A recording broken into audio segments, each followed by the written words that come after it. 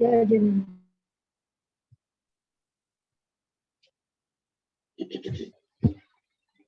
सरस्वती नमस्तुभ्यं वरदे कामरूपिणी विद्यारंभं करिष्यामि सिद्धिर्भवतु मे सदा। दासान जिनवानी माता की जय। सिद्धम शुद्धम प्रणमीय जिनिंद वर्णेमि चंद्रमकलंकं गुणरयन भूषण उदयं जीवस्य परुवणं वोच्छम्। हम लोग जीव कांड जी पर आधारित और त्रिलोक सार पर आधारित अलौकिक गणित का स्वाध्याय कर रहे हैं।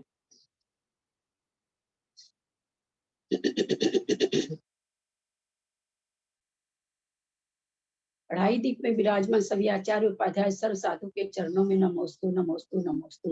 सभी आरिका माता जी के चरणों में बंदामी बंदामी बंदामी। सभी छुल्लक छुल्लिका इल्लक के चरणों में इच्छामी इच्छामी इच्छामी।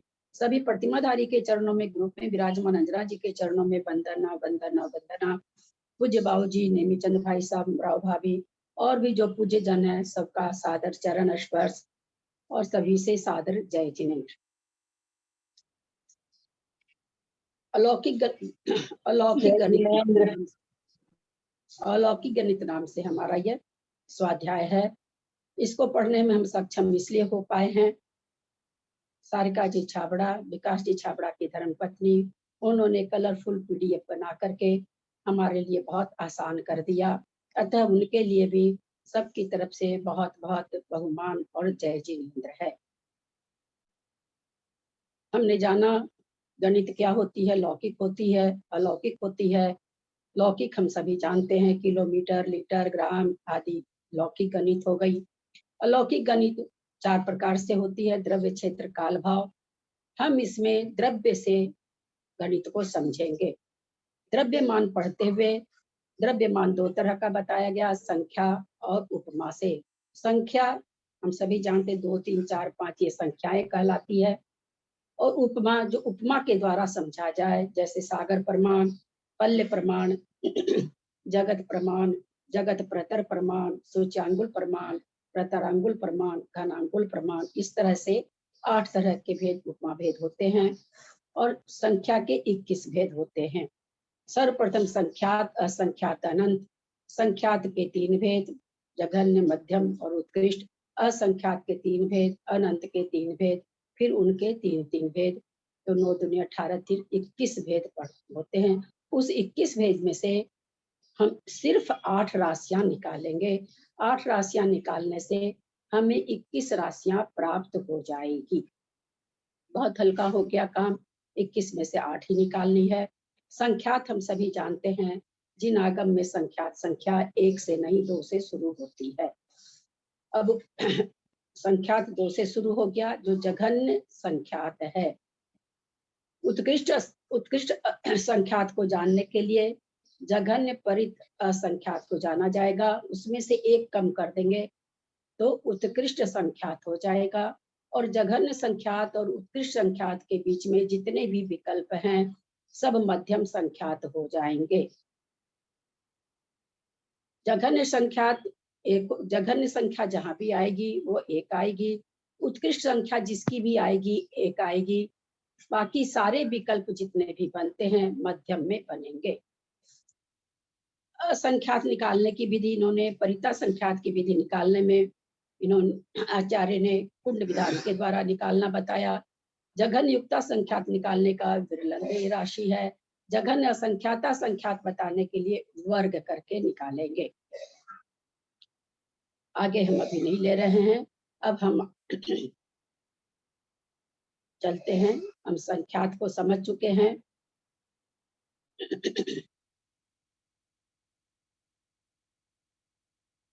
हम सभी ने जाना 4 कुंड बनाते हैं। जम्बू द्वीप में सर्वप्रथम 4 कुंड बनाते हैं। जम्बू द्वीप का कितना माप है, उतना बड़ा, यानी 1 लाख योजन। जो 1 लाख योजन का जम्बू द्वीप है, पूरी पृथ्वी कही जाती है 12,000 योजन की है। 12,000 योजन 1 लाख योजन के सामने कितना है, आप स्वयं समझ सकते हैं। उस 1 लाख योजन के 4 कुंड 1000 योजन गहरे बनाए जाएंगे, जिनका नाम अनवस्था, शलाका, प्रतिशलाका, महाशलाका है। क्यों बनाए जा रहे हैं 4 कुंड? तो कह रहे हैं अनवस्था कुंड, तो अनवस्था कुंड नाम अनवस्था क्यों है कि ये अवस्थित नहीं है। इसमें डाली हुई सरसों जिस द्वीप और समुद्र पे जाके खत्म होती है उसको उसके बराबर होता है, अतः ये बढ़ता जाता है, इसलिए अनवस्था कहते हैं। शलाका कुंड अनवस्था कुंड की गिनती के लिए बनता है कि कितनी बार बना। प्रति शलाका कुंड की गिनती होती है। महाशलाका से प्रति शलाका कुंड की गिनती होती है। अब आपसे मेरा एक प्रश्न है, लवण सागर की विषय सूची वलय सूची कितनी है? लवण सागर की वलय सूची कितनी है? कृपया हैंड रेज करेंगे। सब कोई एक साथ बोलते हैं तो किसी को समझ में नहीं आ पाता है। हैंड रेज करें, मैं उनका नाम पुकार लूंगी। लवण सागर की वलय सूची, जैकी जी श्राफ ने केवल हैंड रेज किया है, आप बताइए। 5 लाख योजन। 5 लाख योजन, अच्छा। और नहीं, और 3 लाख है। 3 लाख वलय सूची 3 लाख, डायमीटर 5 लाख। अच्छा, अब किसी और ने भी हाथ उठाया था? हाँ, मैंने उठाया 2 लाख। 2 लाख, बहुत सुंदर। 2 लाख सूची 2 लाख होगी।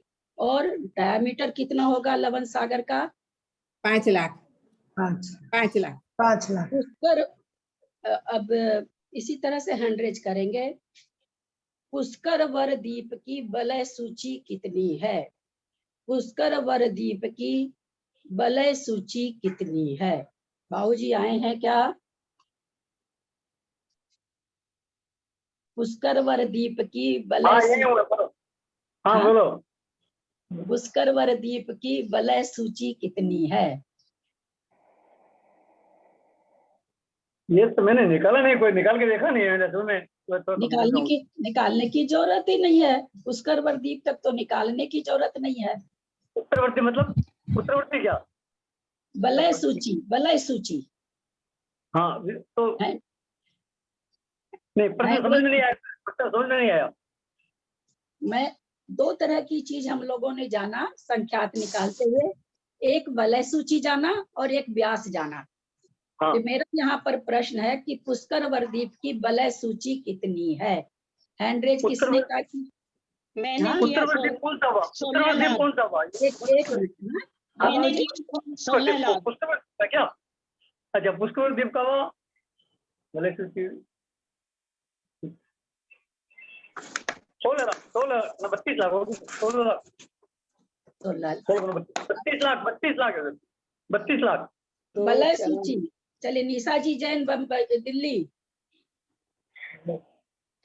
16 लाख। सुनीता जी जैन दिल्ली 16 लाख दीदी।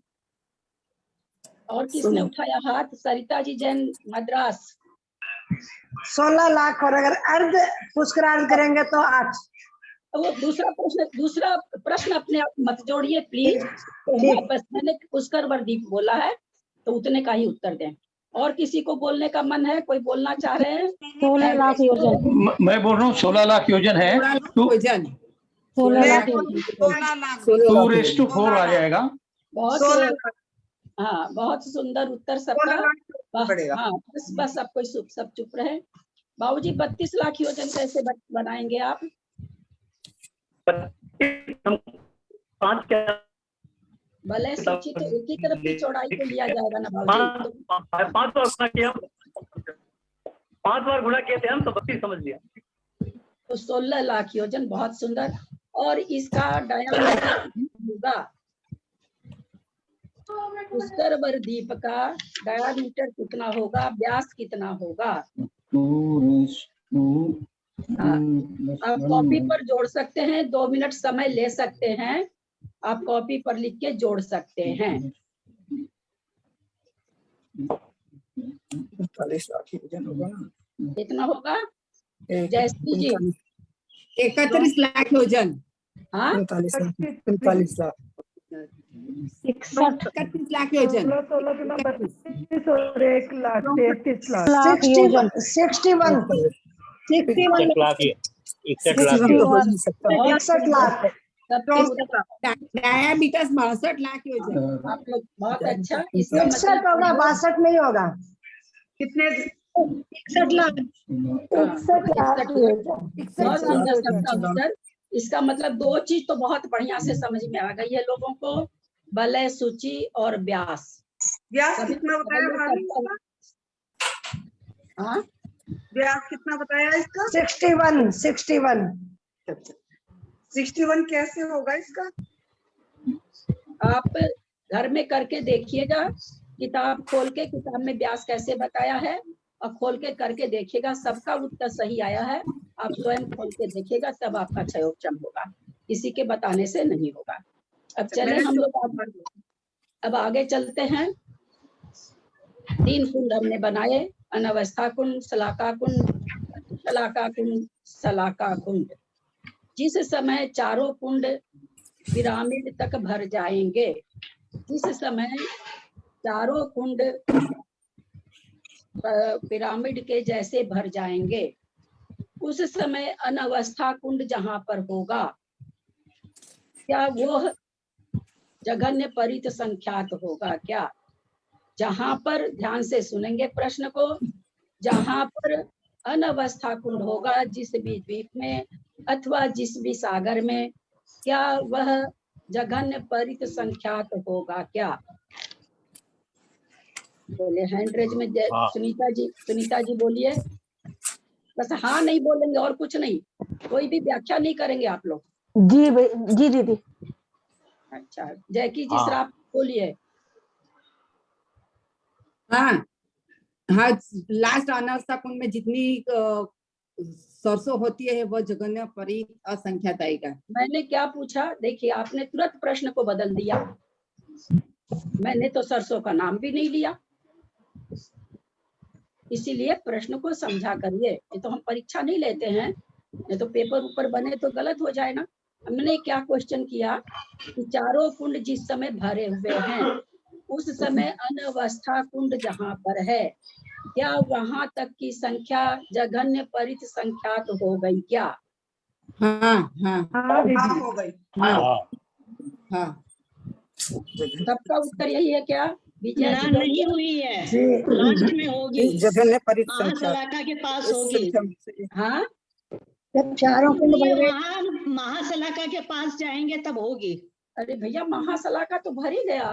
कर दिया अनवस्था के पास नहीं होगी, अनवस्था के पास नहीं होगी। सुमति जी मेरी बात सुनिए, एकदम प्रश्न को डाइवर्ट मत करिए। आप लोग से सबसे मेरा रिक्वेस्ट है ना, कई सरसों का नाम लेकर नहीं होगी। अनवस्था के पास कैसे होगी? पूरा जाएंगे तभी। अनवस्था के पास की बात मैं कही, मैंने पास शब्द नहीं बोला, आप समझ नहीं पाओगे। अगर आप लोग अपना शब्द डालोगे तो आप लोग के समझ में नहीं आएगा। कोई सरसों डाल देगा, कोई पास डाल। मेरा प्रश्न समझिए, मैंने कहा कि एक अवस्था ऐसी आई जिस भी द्वीप समुद्र में अनवस्था कुंड था, और वहां पर अब हम देख रहे हैं चारों कुंड एकदम भरे हुए हैं पिरामिड तक। मेरा प्रश्न यह है कि जिस द्वीप और समुद्र में अनवस्था कुंड बना हुआ है, वह द्वीप और समुद्र जघन्य परित संख्यात हो गया क्या? नहीं हुआ। सुमति जी बोल रही हैं क्या कब होगा? मैं वही बोल रही हूँ कि जब लास्ट के अनवस्था कुंड में जितने सरसों बैठेंगे वो अपरित, वो जघन्य परित संख्यात, जितने सरसों बैठेंगे उतने। बिल्कुल, अनवस्था कुंड में जितनी सरसों है उतनी सरसों को जब हम द्वीप समुद्र में डाल देंगे, जहां वो अंतिम सरसों डलाएगी, वह द्वीप समुद्र जघन्य परित संख्यात वाला कहलाएगा। वहां शुरू होगा असंख्यात, वहां शुरू होगा। हम लोग पहले ही जान गए हैं जघन्य संख्या एक ही होती है ना, तो जघन्य परित संख्यात कब जाके जब अनवस्था कुंड में जितनी सरसों भरी गई है, कितना बड़ा है वो भावभासना करिए आप अपने से। उसकी जब या आप उसको काउंट कर लीजिए, जैसे भी करें, डालिए या काउंट कर लीजिए। उसकी आखिरी सरसों जो है, आखिरी सरसों तक, आखिरी सरसों में से एक सरसों अगर हम माइनस कर देते हैं तो वो होगा उत्कृष्ट संख्यात। यानी जिस द्वीप समुद्र में बना हुआ है वो नहीं है, वो तो बहुत छोटा है अभी, क्योंकि अब अनवस्था कुंड कितना बड़ा है, बहुत बड़ा है। जितना अभी तक बनता आया था उससे दूना, जितना बनता आया था उस सबसे दूना दूना होते हुए ये सबसे दूना है। ये तो बहुत बड़ा अनवस्था कुंड है। इसमें जितनी सरसों है, अगर आप यहीं पर परिसंख्यात कह दिए तो फिर तो बहुत छोटी संख्या हो गई। जितनी संख्या बीत चुकी है उससे कई गुना संख्या है इसकी। ये सारी संख्या जब द्वीप समुद्र में जाएगी, जहां खत्म होगी वो जघन्य परिसंख्यात होगा। हमें द्वीप समुद्र में डालने की जरूरत नहीं है, हमें तो इसकी भावभासना भानी है कि भाई उसमें जितनी सरसों है वो परित असंख्यात, जघन परित असंख्यात है। उसमें से हम एक सरसों कम कर देंगे तो उतनी संख्या उत्कृष्ट संख्यात की हुई। अगर जहां पर है वहीं दीदी इसको भी खाली करना पड़ेगा। मेरे दिमाग में था कि जो खाली करने की वैसी कोई जरूरत नहीं है। लेकिन अगर हमको ये जानना है कि भाई कौन से द्वीप समुद्र में जाकर के असंख्यात चालू हुआ, कितना द्वीप समुद्र और जाकर के असंख्यात चालू हुआ, तो खाली करिए। अन्यथा जितनी उसमें सरसों है वो सारी सरसों जब हम काउंट कर लेंगे तो शुरू होगा जघन्य परित असंख्यात, और उसमें से एक सरसों कम कर देंगे तो वो होगा उत्कृष्ट संख्यात। हम यहाँ पहले हम खाली क्यों कर रहे थे, पहले हम खाली क्यों कर रहे थे, इसको खाली क्यों नहीं करें? पहले हम खाली क्यों कर रहे थे? क्योंकि हमको तो उत्कृष्ट संख्यात पता करना था। तो खाली इसलिए कर रहे थे कि जहां जहां जाके खत्म होगा उतना बड़ा हमको अनवस्था कुंड बनाना था, इसलिए हम खाली कर रहे थे। अब हमको इसको फेंक फेंक के जहां जाएगा वहां जाके अब अनवस्था कुंड नहीं बनाना है। अब किस लिए बनाना है? क्योंकि हमको तो जघन्य परिसंख्यात पता करना था, उसमें कितना आएगा हमने उसकी काउंट कर ली, पता चल गया कि अजघन्य परिसंख्यात में इतनी संख्या होती है, उसमें से एक कम कर दिया, उत्कृष्ट संख्या हो गया। लेकिन पहले वाला तो इसलिए बनाना पड़ रहा था क्योंकि हमको जघन्य परित असंख्यात तक पहुंचना था, इसलिए प्रणाम दीदी प्रणाम। अब इसको अपने को खाली नहीं भी करा तो चलेगा, अपन एक एक निकालते गए और गिनते गए तो अपने को वहां और एक बचा लेंगे तो आ जाएगा ना जघन्य परिता संख्या। और आपको देना अब ये है कि क्या द्वीप समुद्र उतने ही है, हमको अगर ये जानना है तो फिर उसको एक एक जहां तक गया वहां तक फेंकते जाइए। जो जिस द्वीप समुद्र पर आप पहुंचेंगे इसकी सरसों खाली हो जाएगी, वह असंख्यात का पहला स्टेप है। उसके बाद और द्वीप समुद्र है कि नहीं है? वो तो असंख्यात है, ये तो संख्यात में है, उत्कृष्ट परिसंख्यात वो तो अनंत में अनंत पे जाके खत्म होंगे ना। हाँ? उत्कृष्ट अनंत पे जाकर खत्म होंगे असंख्यात में जाके खत्म होंगे, मतलब ही खत्म नहीं। म्यूट करे तो किसने कहा अनंत पर जाके खत्म होगी? दीदी मैंने कहा आ गया, क्योंकि संख्या वहीं तक उसमें आई है ना। तलाश चल रही है, अनंत का तो कहीं शब्द ही नहीं आ रहा है। आप अनंत द्वीप समुद्र कहाँ से कर दिए? अब जितने लोग बैठे हैं उनका सबको भ्रम हो जाएगा। आपने अनंत कहाँ से ले आया?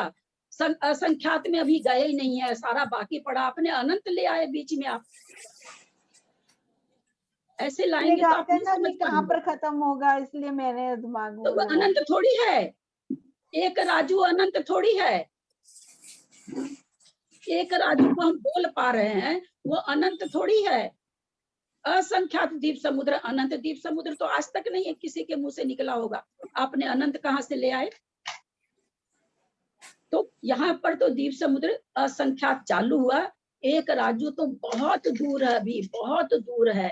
एक राजू प्रमाण है मध्य लोग, एक राजू तो अभी बहुत दूर है। यहाँ असंख्यात शुरू हुआ है, वो भी परित असंख्यात का जघन्य शुरू हुआ है। अभी तो उत्कृष्ट परित असंख्यात निकलेगा, फिर युक्त असंख्यात निकलेगा, फिर मध्यम युक्त असंख्यात निकलेगा। उतने द्वीप समुद्र हैं इस मध्य लोक में। भावभासना करें कि कितने हैं, अनंत नहीं है, असंख्यात हैं। अनंत होंगे तब तो फिर मामला ही गड़बड़ हो जाएगा। नहीं, इसकी राशि को हम गिन लेंगे तो उतना हो गया ना द्वीप, उतने द्वीप समुद्र हो गए जितने एक लास्ट में जो हम लोग बताए अनवस्था कुंड का जो भरा हुआ है उसकी राशि गिन ले तो उस राशि के बराबर जहां तक आ चुके वहां तक तो आ ही चुके। अब उसमें जितनी सरसों है उतनी सरसों को गिनने के बाद तब वो असंख्यात चालू होगा, पर जघन्य परित असंख्यात। तो हाँ ठीक है भाभी, एक सरसों निकालने से तो उत्कृष्ट जघन्य उत्कृष्ट संख्यात आ गया और जघन्य परित असंख्यात आ गया। बहुत लोगों का खुला। एक सरसों निकालने से तो उत्कृष्ट संख्यात आ गया और एक सरसों जैसे निकाल दी तो परित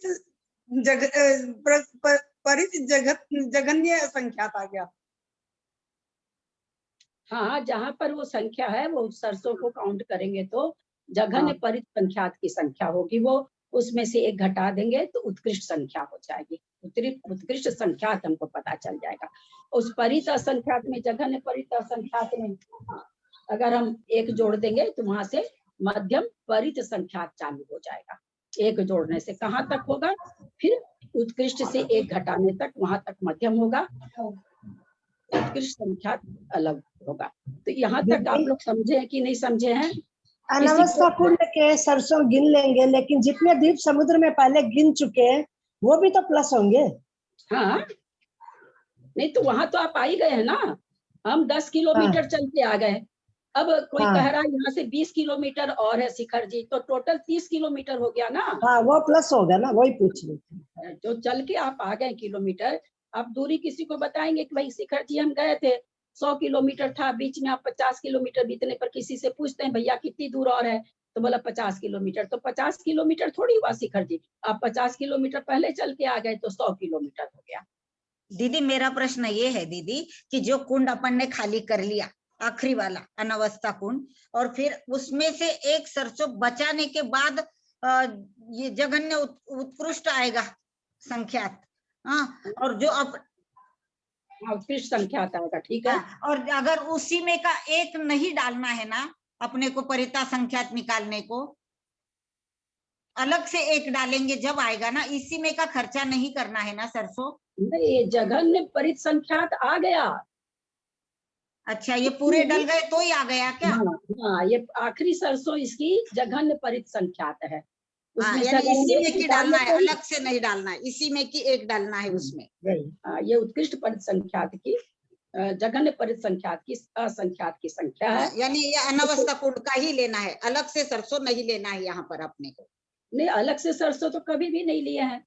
अनवस्था कुंड में जितनी सरसों आती है उसको अगले द्वीप समुद्र से डालते चले जाते हैं, अलग से तो कभी नहीं लिया। अलग से लेते थे सलाका कुंड, सलाका वगैरह डालने में अलग से लेते थे अपन। अब तो तीनों कुंड हम देख रहे हैं कि पिरामिड तक भर चुके हैं, तो अब अलग से सरसों लेके क्या करेंगे, जरूरत नहीं है ना। अब अच्छे से समझ में आया दीदी, प्रणाम। किसी को कुछ समझना है क्या? नहीं तो आगे चलें।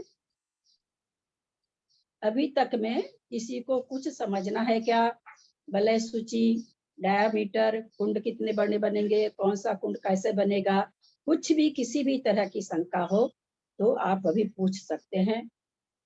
आगे विषय बदलने वाला है। भाभी, हमें वैसे तो सब समझ में आ गया, पर ये समझ में नहीं आया जैसे अनवस्था कुंड में से हमने हर बार सरसों डालते रहे तो क्या ये अपने आप भरता चला गया? ये सलाका कुंड मतलब कैसे भरा? सलाका कुंड भरना नहीं आया हमें। आप अनवस्था कुंड खाली किए, फिर जहाँ पर खाली हुआ वहां पर नया अनवस्था कुंड बनाए। वो जब भर गया तो आप एक सरसों सलाका कुंड में दी। फिर आप अनवस्था कुंड खाली किया, फिर जहाँ पर पहुंचे वहां नया बनाया, फिर वो अनवस्था कुंड भर गया तो फिर एक सरसों सलाका कुंड में दी।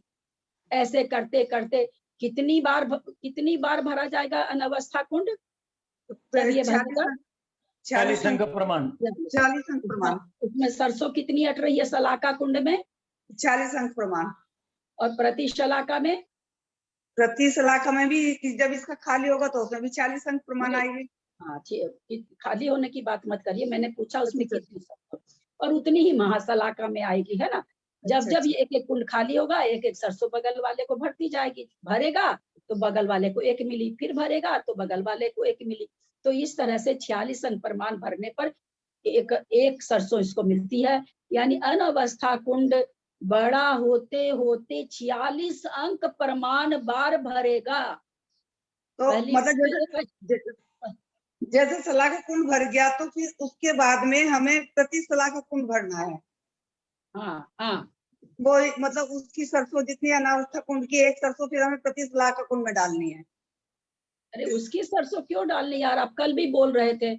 उसकी सरसों तो द्वीप समुद्र में डालनी है ना। अगर एक सरसों आप उसमें से निकाल लेंगे तो वो फिर एक समुद्र कम हो जाएगा, द्वीप का समुद्र कम हो जाएगा। आप अनवस्था कुंड की सरसों को क्यों ले रहे हैं बार बार, आप कल भी बोल रहे थे। नहीं भाभी, मैं ये कह जैसे हमने शलाका कुंड भर गया, उसके बाद में हमें एक अलग से सरसों प्रति शलाका कुंड में डालनी है, जैसे शलाका कुंड भरने के बाद। और फिर वापस खाली कर देना है, शलाका कुंड पूरा खाली कर देना है। अच्छा, फिर अनवस्था कुंड शुरू हो जाएगा, फिर वो शलाका कुंड भरेगा 46 अंक प्रमाण होने पर, तो फिर एक सरसों उसमें डाल दी जाएगी। फिर शलाका कुंड भी खाली होगा, अनवस्था कुंड भी खाली होगा। फिर 46 अंक प्रमाण बार भरेगा तो शलाका कुंड भरेगा, तो फिर एक सरसों फिर प्रति शलाका में दी जाएगी। ऐसे करके 46 अंक प्रमाण पहले ये कुंड भरेगा, अनवस्था कुंड तो शलाका कुंड भरेगा। शलाका कुंड 46 अंक प्रमाण बार भरेगा तो वो प्रति शलाका भरेगा। प्रति शलाका कुंड 46 अंक प्रमाण बार भरेगा तो महाशलाका कुंड भरेगा। अब समझ में आ गया, अब समझ। और कोई प्रश्न किसी का? हाँ दीदी प्रणाम। मैं ये पूछ रही थी कि अपने को प्रति शलाका अब भरना है, तो शलाका वाला ही एक सरसों उसमें डालेंगे ना बाद में? आप शलाका वाला डाल दीजिए, फर्क क्या, शलाका कुंड तो खाली करना है आपको। आप लोग ये सरसों के पीछे क्यों पड़े हो भाई? हम लोग तो विकास भैया से पढ़े, कभी ये बात ही नहीं उठी। इतने सब उसमें तो खैर लर्नेड मैन थे, वैसे हम नहीं समझ पा रहे आप और बीना जी सरसों के पीछे क्यों पड़े हैं। उसमें से सरसों डाले, उसमें से डालो, किसी में से डालो। शलाका कुंड भर गया तो एक प्रति शलाका में डालना है बस। अब कहाँ से डालें, बाहर से डालें, भीतर से डालें, उस शलाका कुंड से क्या लेना आपको? वो शलाका कुंड तो खाली करना है। जैसे ही भरा आप सरसों डाल रहे हैं तो आप शलाका कुंड में से डालेंगे तो शलाका कुंड तो खाली हो गया एक सरसों। और आपको तो क्या करना है, शलाका कुंड भी भरा हुआ दिखना चाहिए और अनवस्था कुंड भी भरा हुआ दिखना चाहिए, तब आप एक सरसों प्रति शलाका में डालोगे। तो शलाका की अगर सरसों उठाए तो शलाका कुंड भरा हुआ कैसे दिखेगा? अच्छा, ऐसा करना। ठीक ठीक ठीक ठीक। एकदम समझ में आया कि नहीं आया? कुछ किसी को भी कोई शंका तो पूछें, नहीं तो फिर आगे चलेंगे। आगे चलिए दीदी।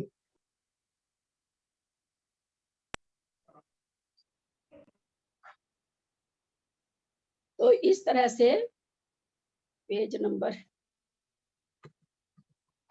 ये शलाका 46 अंक प्रमाण को क्या मान रहे हैं? 5 मान रहे हैं।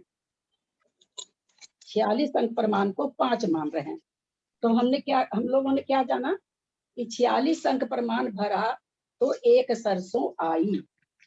हम अगर 5 को 46 अंक प्रमाण मानते हैं तो 5 बार भरेगा तो एक बार शलाका कुंड बनेगा, फिर 5 बार भरेगा तो एक बार शलाका कुंड भरेगा। तो इस तरह से 25 बार जब हम अनवस्था कुंड भरेंगे, यहाँ 46 अंक प्रमाण को ही 5 मान लिया गया है, तो वो 25 बार बनेगा तो ये 5 बार भरा जाएगा। फिर जब ये 5 बार भरा जाएगा तो पहली बार प्रति शलाका कुंड भरेगा, क्योंकि 5 बार में भर रहा है।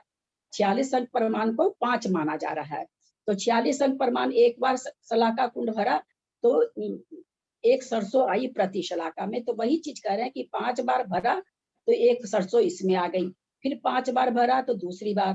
तो इस तरह से हम देखेंगे कि अनवस्था कुंड तो 125 बार भरना पड़ेगा, दूसरा शलाका कुंड 25 बार भरा जाएगा, तीसरा शलाका कुंड 5 बार भरा जाएगा, प्रति शलाका कुंड महाशलाका 1 बार भर, क्योंकि महाशलाका जब पिरामिड तक बन जाता है तो उसके बाद कोई कार्य नहीं हो रहा है, वो जघन परित संख्यात आ जा रहा है, तो उसके बाद उसको कहीं भी खाली वली नहीं किया जा रहा है।